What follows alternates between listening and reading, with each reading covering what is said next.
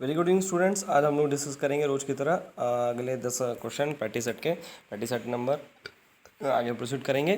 तो आइए जानते हैं शैशव काल की अवधि देखिए क्या क्या होती है। जन्म से 1 वर्ष तक होती है, जन्म से 2 वर्ष तक होती है, जन्म से 3 वर्ष तक होती है, 2 से 3 वर्ष तक होती है। तो इसका अवधि क्या होती है बच्चों? शैशव काल की जो अधिकतम जो हमारा जो उम्र माना गया है वो क्या होता है हमारा 0 से लेकर 2 तक, जन्म से 2 तक माना गया है। इसका उत्तर क्या हो जाएगा हमारा बच्चों? बी हो जाएगा। आगे बढ़ते हैं क्वेश्चन नंबर 2 की तरफ। पियाजे के अनुसार 2 से 7 वर्ष के बीच एक बच्चा क्या होता है? संज्ञानात्मक विकास की डैश अवस्था में होता है। पूर्व संक्रियात्मक होता है, औपचारिक संक्रियात्मक होता है, मूल संक्रियात्मक होता है, संवेदी गतिक होता है। तो देखिए इसके लिए आपको याद करना पड़ेगा सपु मु औ से संवेगात्मक अवस्था जो होता है हमेशा 0 से 2 वर्ष तक, 2 वर्ष तक का होता है। फिर संवेद के बाद क्या होता है? पूर्व सपु मु पूर्व संक्रियात्मक जो अवस्था होता है वो 2 से 7 वर्ष तक होता है। 5 साल का होता है, पहले 2 साल का होता है, फिर 5 साल का होता है, फिर से 5 साल का होता है, फिर से 4 साल का होता है। तो देखो क्या हो जाएगा, पूर्व संक्रियात्मक 2 से 7 साल का होता है। मूल संक्रियात्मक अवस्था क्या होता है? 7 से 12 साल तक का होता है। और क्या कहते हैं आपका औपचारिक संक्रियात्मक जो अवस्था होती है वो 12 से 16 साल तक, 16 वर्ष तक होती मानी जाती है। तो इसका उत्तर क्या हो जाएगा हमारा? पूर्व संक्रियात्मक अवस्था हो जाएगा। उत्तर हो जाएगा हमारा ए। आगे बढ़ते हैं बच्चों, बात करेंगे क्वेश्चन नंबर 3 की। विकास डैश से डैश की ओर बढ़ता है, सामान्य से विशिष्ट की ओर, जटिल से कठिन की ओर, विशिष्ट से सामान्य की ओर, साधारण से आसान की ओर। तो सामान्य से विशिष्ट की ओर देखिए क्या है। सामान्य से विशिष्ट की ओर इसका कहने का मतलब देखिए कथन क्या था हमारा। सामान्य मतलब क्या है हमारा? समान है अगर नेचुरल छोटी चीज़ें हैं। आप धीरे धीरे क्या करते हैं, ABCD सीखते हो, आई सीखते हो, उसके बाद क्या करते हो धीरे धीरे शब्दों की ओर, क्वेश्चन की ओर आगे बढ़ते हो। वैसे धीरे धीरे आप क्या करो, वर्ड्स की ओर, कठिन शब्दों को अपने ज़िंदगी में आगे क्लास के हिसाब से सीखते चले जाते हो। जटिल से कठिन की ओर क्या है? जटिल है मतलब जो जिसका सोल्यूशन है ही नहीं, निकल ही नहीं पा रहा धीरे धीरे। लेकिन जब आप गणित का कोई सवाल उठाते हो, धीरे धीरे उसको सॉल्व करने की कोशिश करते हो, धीरे धीरे उसका क्या होता रहता है, आइडिया लगते हुए, फॉर्मूला लगाते हुए, आप क्या सूत्र लगाते हुए आगे बढ़ते चले जाते हो।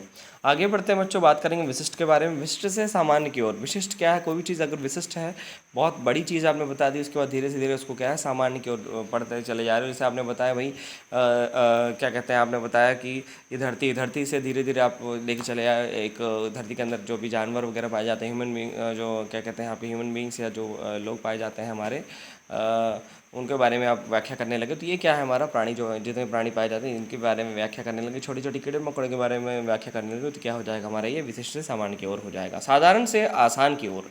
साधारण क्या है? जो रोज़मर्रा की ज़िंदगी में रोज़ दिखता है। पेड़ हो गया, सनलाइट हो गई, सूरज हो गया आपका, हवा हो गई, पानी हो गया, आग हो गई, ये सब क्या है रोज़मर्रा ज़िंदगी में हमें रोज़ दिख रहा है हमारी ज़िंदगी। साधारण मतलब क्या हो जाएगा आपका? साधारण तो आसान के तौर पर क्या है? जो आसानी से साधारण से आसान की ओर, जो कि बहुत ही आसान है। कहने का मतलब अब इनके बारे में अध्ययन करना क्या है, रोज उसी को आप क्या कर रहे हो, उनके साथ काम करो, उसके साथ जुड़े रहो हमेशा। आप हवा से जुड़े हुए हो, आप नेचर के लिए मॉर्निंग या इवनिंग वॉक कर रहे हो तो आप उससे हवा से जुड़े हुए हो, पानी से जुड़े हुए हो। तो ये लगातार आप स्विम कर रहे हो या कोई भी चीज़ है तो क्या है एक तरीके से ये कहीं ना कहीं आप साधारण से आसान की ओर जा रहे हो। हर चीज़ के बारे में किसी चीज़ को साधारण तौर पर भी देख रहे हो, आसान तरीके से भी उसको क्या कर रहे हो, अनुभव कर रहे हो। तो ये क्या हो जाएगा हमारा? साधारण से आसान की ओर हो जाएगा। तो इसका उत्तर क्या हो जाएगा हमारा? सामान्य से विशिष्ट की ओर। विकास जो होता है हमेशा सामान्य से विशिष्ट की ओर होता है। मतलब पहले आप सामान्य रहते हो, धीरे धीरे आपके अंदर विकास हो रहा है, चाहे वो पढ़ने के तौर पे हो, चाहे आपके पोस्ट के तौर पे हो। ये क्या हो जाएगा आपका उत्तर? क्या हो जाएगा यहाँ पे? आपका सामान्य से विशिष्ट की ओर हो जाएगा। आगे बढ़ते हैं बच्चों, बात करेंगे क्वेश्चन नंबर 4 की, 4 की। जब वह सहयोग से सामंजस्य कर लेता है तो वे क्या करते हैं? वे बच्चे के वर्तमान स्तर के प्रदर्शन को संभावित क्षमता के स्तर के प्रदर्शन की तरफ प्रगति क्रम के सुगम बनाते हैं। इसे कहा जाता है समीपस्थ विकास, सहयोग देना, सहभागी अधिगम और सहयोगात्मक अधिगम। तो ये क्या हो जाएगा हमारा? ये हो जाएगा हमारा सहयोग देना। देखिए किसी की बात है, समीपस्थ विकास बच्चे के वर्तमान स्तर के प्रदर्शन को संभावित क्या कर रहा है। अगर वर्तमान वयस्क सहयोग से सामान्य उनके दोस्तों के साथ जब वो हैं, वह सहयोग जो है उसके उसके साथ बच्चों के वर्तमान स्तर में के प्रदर्शन में क्या क्या चीज़ें अंतराल आ सकता है, क्या उसके अंदर चेंजेस आ सकते हैं, क्या बदलाव आ सकते हैं, ये जानते हैं। समीपस्थ विकास, सबके साथ सबका विकास होगा। सहयोग देना होगा, या भाई सहयोग दे रहे हैं उनके सहपाठी जो हैं। सहभागी अधिगम होगा कि साथ में साथ में सीखने का अधिगम होगा या कुशलता को बढ़ाएंगे एक दूसरे की। और सहयोगात्मक अधिगम होगा, एक दूसरे की मदद करके उस काम को का निर्वाह करेंगे। तो ये एक तरीके से क्या माना जाएगा? सहयोग देना माना जाएगा। तो इसका उत्तर उत्तर क्या हो जाएगा हमारा बच्चों? इसका उत्तर हो जाएगा एक दूसरे को सहयोग करते हुए एक दूसरे के कौशल को बढ़ाया जा रहा है, तो ये क्या हो जाएगा हमारा? सहयोग देना इसका उत्तर हो जाएगा। आगे बढ़ते हैं बच्चों। नवीन जानकारी को शामिल करने के लिए वर्तमान स्कीमा या अवधारणा में बदलाव की प्रक्रिया क्या है? क्या कहलाती है? अनुकूलन कहलाती है, आत्म सात्करण कहलाती है, समायोजन कहलाती है, अंक केंद्रिता कहलाती है। अब देखिए क्या है, नवीन जानकारी के लिए, नई जानकारी के लिए शामिल करने के लिए क्या है? देखिए स्कीमा, अवधारणा में बदलाव की प्रक्रिया क्या कहलाती है हमारी? कहीं ना कहीं क्या अनुकूलन कहलाती है। आपने जैसे ही कहा क्या कहते हैं, सिचुएशन के अकॉर्डिंग अपने आप को ढाल लिया आपने, अनुकूलन कहलाएगा क्या? नई जानकारी को इकट्ठा करना। समायोजन भाई क्या कहते हैं, समाज है या जो भी है वहाँ पे लोग हैं इकट्ठा भाई एक कार्य में लगे हुए हैं, आप भी उसमें जाकर के एकजुटता से आप उसको क्या कर रहे हो, उनकी मदद कर रहे हो, तो ये समायोजन हुआ। समाज के साथ उसके अंदर आप घुल मिल गए। आत्मसात्करण, अपनी आत्मा के हिसाब से क्या कर रहे हैं आप? सात्कृता मतलब देखिए क्या है, आत्मा के साथ क्या कर रहे हो आप? अपने आत्मा की सुन रहे हैं, अंतर आत्मा की सुन रहे हैं आप, अपने हिसाब से उस कार्य को करने का मादा रखते हैं और उस हिसाब से उसको क्या कर रहे हैं? निर्वाह कर रहे हैं उस कार्य को।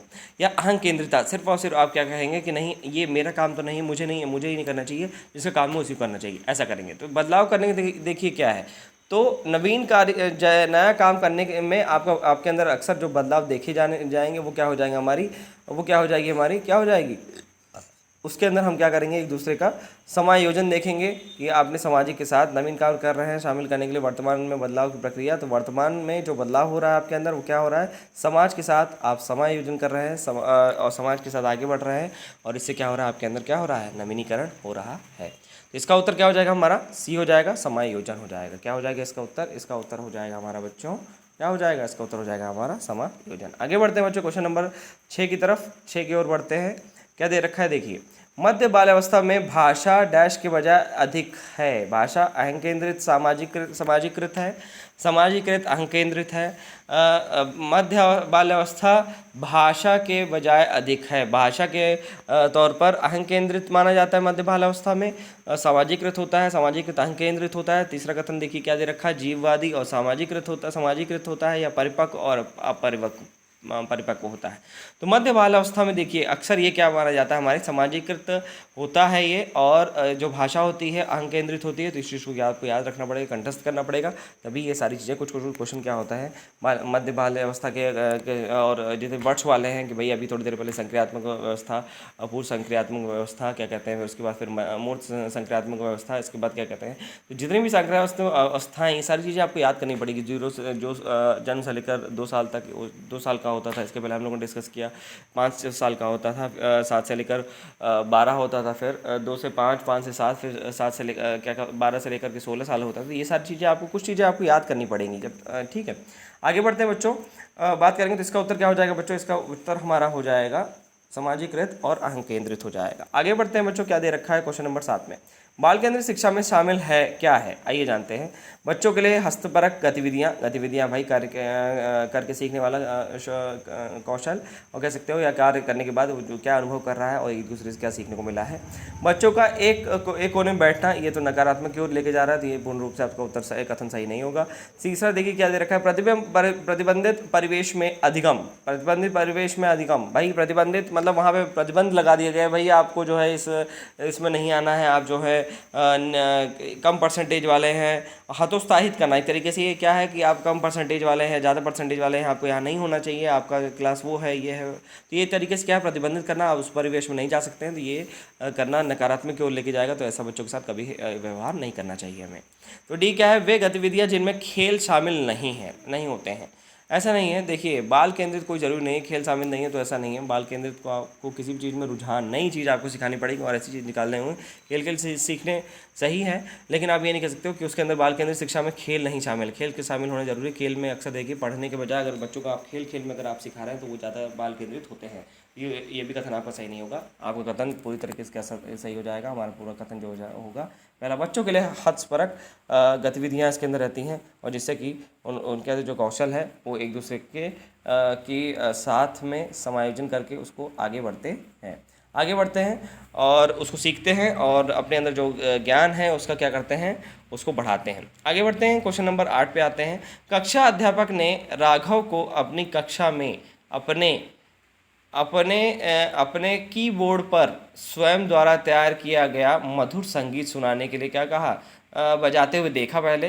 कक्षा अध्यापक ने विचार किया कि इसे रागों में वृद्धि उच्च स्तरीय थी। तो उन्होंने देखा कि भाई बच्चे को देखा और कीबोर्ड से उसको अपना धुन तैयार करने के लिए कहा, और जब भी म्यूजिकल क्लास वगैरह होती हैं जो संगीत वगैरह सिखाया जाता है, और उससे देखिए उसके अंदर वृद्धि देखी राघव के अंदर। तो आइए जानते हैं क्या कहलाएगा ये स्थानिक कहलाएगा जो वृद्धि देखी उन्होंने।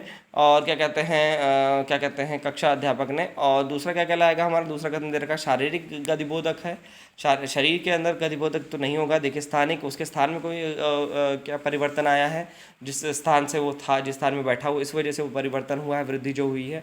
या ये भी पूर्ण तरीके से सही नहीं है, 50% आप कह सकते हो। शारीरिक गतिविधि, कुछ शारीरिक गतिविधि तो है लेकिन पूर्ण तरीके से सही नहीं, क्योंकि बजाने के लिए मानसिक गतिविधि का भी होना जरूरी है। संगीतमयी वृद्धि हुई है, ये कुछ हद तक सही लग रहा है। और चौथा क्या है हमारा, भाषाई। भाषा ज़रूरी है उसके लिखावट में जो धुन की है, लेकिन आपको अगर उसके क्या कहते हैं उसकी म्यूज़िक और उसके संगीत के गतिविधि में अगर वृद्धि हो रही तो कहीं ना कहीं ये क्या हो जाएगा, ये क्या कहलाएगा हमारा, संगीतमय कहलाएगा। तो इसका उत्तर क्या हो जाएगा हमारा, सी कहलाएगा। आगे बढ़ते हैं बच्चों, बात करें क्वेश्चन नंबर अगला क्वेश्चन है हमारा 9वां क्वेश्चन, 9th क्वेश्चन की ओर बढ़ेंगे। आइए जानते हैं क्या दे रखा है 9th क्वेश्चन की ओर। जब एक शिक्षक यह समझ जाता है कि स्वाभाविक रूप से लड़के गणित में लड़कियों से अच्छे हैं, यह दर्शाता है कि अध्यापक क्या है। तो नीति परक है कि नीति के अगर वो लड़का लड़के के अंदर अगर वो क्या कर रहा है, वो अंतर बता रहा है, तो नीति परक नहीं होगा एक तरीके से बिल्कुल भी। ये तो सकारात्मक है, और ये क्या कर रहा है, कहीं ना कहीं नकारात्मक की ओर लेके जा रहा है अध्यापक अपनी जो मानसिकता है। लिंग जेंडर पक्षपाती कर रहा है बिल्कुल, एक तरीके से बता रहा है कि भाई लड़कियों के अंदर क्या होता है, लड़के के अंदर पहले से ही वो गणितज्ञ वाली क्षमता होती है, लेकिन लड़कियों की अपेक्षा ज़्यादा होती है, ये नहीं कह सकते हो आप। शिक्षाप्रद कि भाई शिक्षा के हिसाब से शिक्षा का प्रद ये चीज़ पहले से ही निर्धारित कर देता है, ये भी सही नहीं है पूर्ण रूप से। और आपका सही दृष्टिकोण वाला ये नहीं, ये भी आपका नकारात्मक की ओर लेके जा रहा है कि आप ये नहीं कह सकते हो कि सिर्फ और सिर्फ लड़के ये गणित में अच्छे होते हैं या मैथ में अच्छे होते हैं। सोचने के हिसाब से जो ज़्यादा प्रैक्टिस करेगा, जिसका ध्यान केंद्रित ज़्यादा होगा, वही ज़्यादा अच्छे से सीख पाएगा। तो ये कहना आपका पूर्ण रूप से सही नहीं होगा। तो इसका उत्तर क्या हो जाएगा हमारा, बी हो जाएगा, या लिंग पक्षपाती कह सकते हो आप। ये कभी भी टीचर को, शिक्षक होने के नाते, चाहे हमें चाहे आप लोगों को, कभी भी इस चीज़ को, जब भी आप शिक्षक या शिक्षिका बने तो आप लोगों को कभी भी एक चीज़ जरूर ध्यान देना होगा। हमने भी कई बार स्कूलों में देखा है, अपने क्लासों में देखा है बच्चों ने क्या किया है, बच्चे अक्सर क्या करते हैं, क्या कहते हैं ऐसा होता है, कई टीचर ऐसा करते हैं कि बच्चों को, क्योंकि लड़के अच्छे हैं पढ़ने में या लड़की अच्छी नहीं है, या लड़कों का जो लॉजिकल थिंकिंग बहुत अच्छी होती है और लड़कियों की लॉजिकल थिंकिंग अच्छी नहीं होती, ऐसा नहीं है, डिपेंड करता है पर्सन टू पर्सन। ठीक है, आगे बढ़ते हैं बच्चों। क्वेश्चन नंबर 10, समावेशी शिक्षा मानती है कि हमें, इसका उत्तर मैंने बता दिया था, लिंग जेंडर या पक्षपाती होगा। आगे बढ़ते हैं। समावेशी शिक्षा मानती है कि हमें डैश को डैश के अनुरूप बदलना है। तो देखिए क्या दे रखा है, समावेशी शिक्षा किसके साथ अनुरूप बदलना चाहती है, बच्चे को व्यवस्था की ओर। बच्चे और व्यवस्था, भाई व्यवस्था जो दे रखी है बच्चों उसी के हिसाब से ढल जाए, ये कहना चाह रही है समावेशी शिक्षा। या व्यवस्था को बच्चे के हिसाब से अनुरूप बदलना चाहिए, व्यवस्था ऐसी करनी चाहिए भाई, बाल केंद्रित होनी चाहिए। बिल्कुल सही चल रहा है हमारा ये, 90% सही लग रहा है हमारा ये, 80 से 90%। परिवेश और परिवार को बदलना चाहिए बच्चे के अकॉर्डिंग। भाई परिवेश तो वैसे ही रहेगा, परिवार भी वैसे ही रहेगा, कुछ ना कुछ बाल केंद्रित परिवार को इस तरह से होना चाहिए, लेकिन आप ये नहीं कह सकते। व्यवस्था को ऐसे बनानी पड़ेगी आपको कि वो बाल केंद्रित हो, और बाल अपने जो बालक है उसका केंद्र, उसका जो ज्ञान है और वो वहाँ का जो परिवेश है उस चीज़ से वो अट्रैक्ट हो जाए, वो उससे जुड़ जाए, और अच्छी तरह से उसका मन लगे वहाँ पे। बच्चे और परिवेश, बच्चे ऐसे होने चाहिए, परिवेश के अनुकूल होना चाहिए, ये भी नकारात्मक की ओर लेके जा रहा है। बाल केंद्रित व्यवस्था को, बाल केंद्रित शिक्षा को सिर्फ और सिर्फ एक चीज़ इसमें संपन्न कर रही है, पूर्ण रूप से सहमत है, वो है हमारा उत्तर नंबर बी, कथन बी हमारा जो होगा। व्यवस्था जो है हमेशा ऐसी होनी चाहिए जो बच्चों के अनुकूल हो या बाल केंद्रित हो, कह सकते हैं। तो आज के लिए इतना काफ़ी है बच्चों, होप सो समझ में आया होगा आप लोगों को। जहाँ पे भी समझ में नहीं आएगा मुझसे लाइव क्या कर सकते हो, कमेंट भी, कुछ दिनों में मैं लाइव क्लासेस भी स्टार्ट कर दूंगा। और कोशिश मेरी है कि सारे के सारे सब्जेक्ट बाल विकास जल्दी हम लोग को सेट्स कंप्लीट करने के बाद जल्दी इंग्लिश, हिंदी, संस्कृत, क्या कहते हैं, और भी जितने भी सब्जेक्ट्स हैं, सीटेट से रिलेटेड, यूपीटेट से रिलेटेड, टीजीटी, पीजीटी, जितने कॉम्पिटिटिव एग्जाम्स और टीचर से रिलेटेड कोशिश करेंगे सारे के सारे आपके समक्ष लेके आएँ। ठीक है, चलिए आज के लिए काफ़ी है, शुक्रिया।